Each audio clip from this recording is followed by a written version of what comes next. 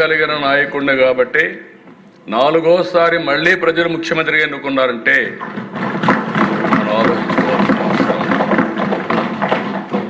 నిన్నే బ్రహ్మోత్సవాలకు వెళ్ళాను. ఓసారి మనం కూడా మనుషులం కాబట్టి ఆలోచిస్తూ ఉంటాం.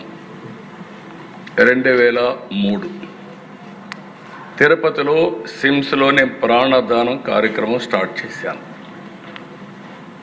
ఇప్పుడు దానికి ఒక 688 కోట్లు కార్పస్ కూడా వచ్చింది.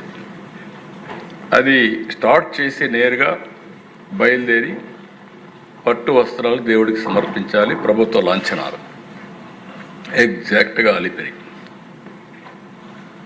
ఇప్పుడుండే అలిపిరి గేట్ ఏదైతే ఉందో అక్కడ, అప్పుడు నేరో రోడ్డు. అదే అక్కడ పోయినాక నా కారుకి యాక్సిడెంట్. ఐ థాట్, నాకు తెలియదు, నేను ముగ్గురు ఎమ్మెల్యేలు, రాజశేఖర్ రెడ్డి, గోపాలకృష్ణారెడ్డి, కృష్ణమూర్తి. నేరుగా అప్పుడు టీవీలు కూడా లేవు, ఒక్క జెమినీ టీవీ ఉంది. నేను లేచాను, నాకు మళ్ళీ చూసుకున్న తర్వాత లేచాను, నేరుగా నేనే నడుచుకుంటూ పోయి అంబులెన్స్లో పడుకున్నాను. అక్కడికి సిమ్స్ హాస్పిటల్కి 5 minutes. నేను అక్కడ పోయి పడుకున్నాక దిశ స్ట్రెచ్చర్లో తీసుకెళ్తున్నారు. మెలకు వచ్చాను. మెలకు వస్తే చుట్టుపక్కల ఆ పక్క చూశాను.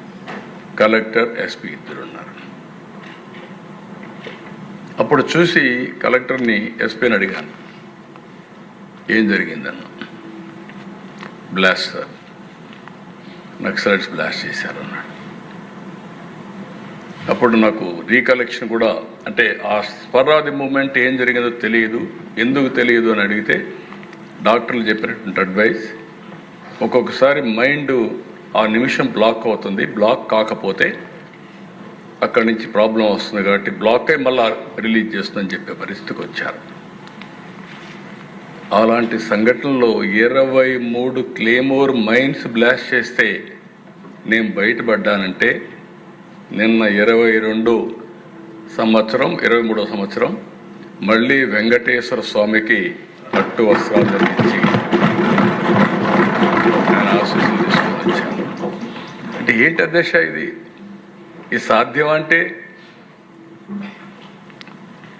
మహిముందా అంటే ఉందని చెప్పాలి. అదర్వైజ్ 23 క్లేమోర్ మైన్స్ని అలాంటి సంఘటనలు ఎవరు బయటపడింది లేదు. ఇవన్నీ చూసిన తర్వాత మీరు ఎందుకు నా మీద బ్లాస్ట్ చేశారు అంటే నేనే వాళ్ళకు వ్యతిరేకమా? వాళ్ళకు నాకు సంబంధం ఉందా? కాదు. నేను ఒకే మాట చెప్పాను, అభివృద్ధి చెందుతున్న ఇలాంటి దేశంలో మీరు అవుట్డేటెడ్ సిద్ధాంతంతో లా అండ్ ఆర్డర్ మీ చేతుల్లో తీసుకొని తుపాకీతో మీరు రాజ్యం చేస్తామంటే కుదరదు. ఇది సమాజానికి మంచిది కాదు. మీరు కూడా మెయిన్ స్ట్రీమ్కి రండి. ఆ రోజు కూడా నేను చెప్పింది ఒకటే చెప్పాను దేశం, మీరు గుర్తుపెట్టుకోవాలి. ఈ సమస్య రాజకీయ, ఆర్థిక, సామాజిక సమస్య. ఈ 3 హ్యాండిల్ చేయాల్సిన అవసరం ఉంది, కొంత సమయం కావాల్సిన అవసరం ఉంది. అంతేగాని మీరు ఈ 3 సమస్యలను ఒకటే రోజు పరిష్కారం చేస్తాం మేము తుపాకీతో అంటే కరెక్ట్ కాదని చెప్పి నేను పోరాడితే కడాన్ నా మీదనే దాడి చేసే పరిస్థితికి వచ్చారు. బట్ నేను భయపడలేదు.